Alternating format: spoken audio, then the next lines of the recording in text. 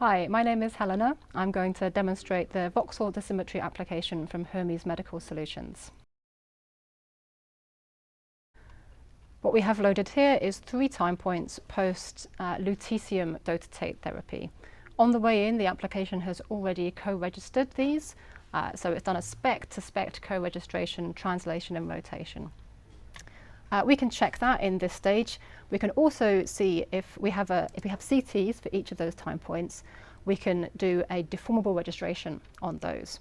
So I'm looking here at the CT from time point 2 overlaid on the CT from time point 1, and I can see that it's not got that quite right. So we can see these kidneys here, for example, don't quite line up. So I'm going to click this button, apply non-rigid. Okay, now the software will work to try to line up those 2 scans. And there we go. So that's done a really nice job of bringing those 2 into alignment, and that alignment has been copied over to the SPECT. Okay, let's check how the 3rd time point overlays on the 1st time point. Pretty good, but let's again click the apply non-rigid. So now we've got all 3 scans aligned. We can move to the next stage, which is the volumes of interest. So I'm going to click segment organs, and what's going to happen now is an automatic segmentation of these 6 different organs, and then we'll be able to use those in the dose calculation. Okay, so we can see that it has created those organs now. So we've got liver, and we have got kidneys, spleen and lungs. If we want to, we can also do a tumour region as well using a threshold. Let's just put a bounding box down, centre it on this tumour here, make it big enough to cover. Click segment to apply that 40% threshold. Now we've got another region there that it's called lesion 1. These regions are possible to edit if you want to, using this edit option here. That's a slice by slice edit on the edges.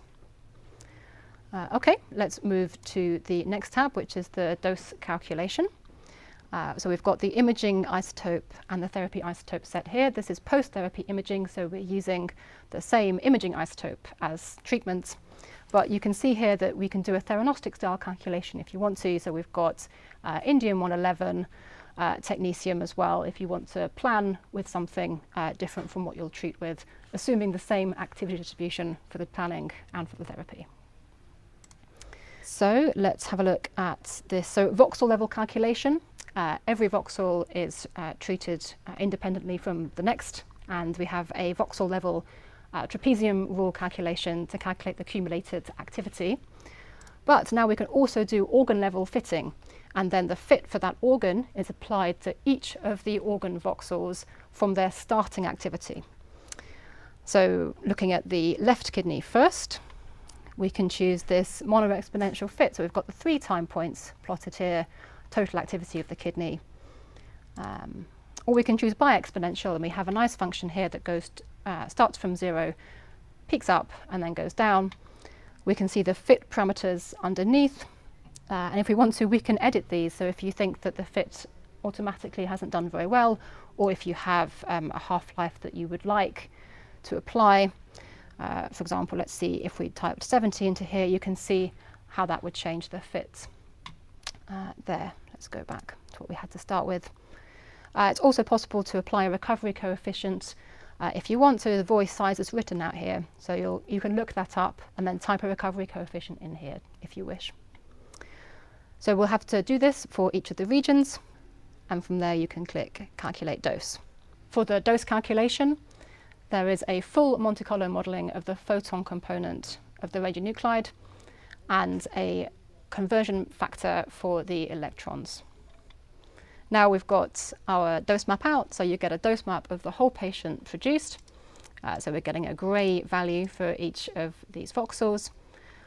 So we can look at the dose map itself. We can look at DVHs for each of the regions that we defined. And we have a table result preview as well. We can see mean and max doses for all of our regions, as well as dose volume histogram statistics, so the D96% written out here, for example, and the fit parameters of the fits that we chose for each of those regions. So we can save this dose map, and we can also load it into an external viewer to continue processing if we wish. I will just show you one more thing in this software, which is how to work with a single time point of imaging. So if we head back onto this tab and we go voxel level, you'll see that if we have these single time point options, these would be active if we only had one time point.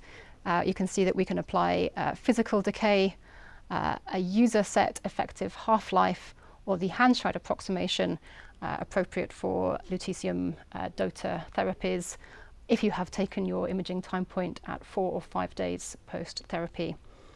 A really nice thing in this application now is that if you choose the effective half-life, you can set that per region. So this is a nice way to be able to do dosimetry with a single time point. Okay, that was a brief demonstration of the voxel dosimetry application from Hermes Medical Solutions.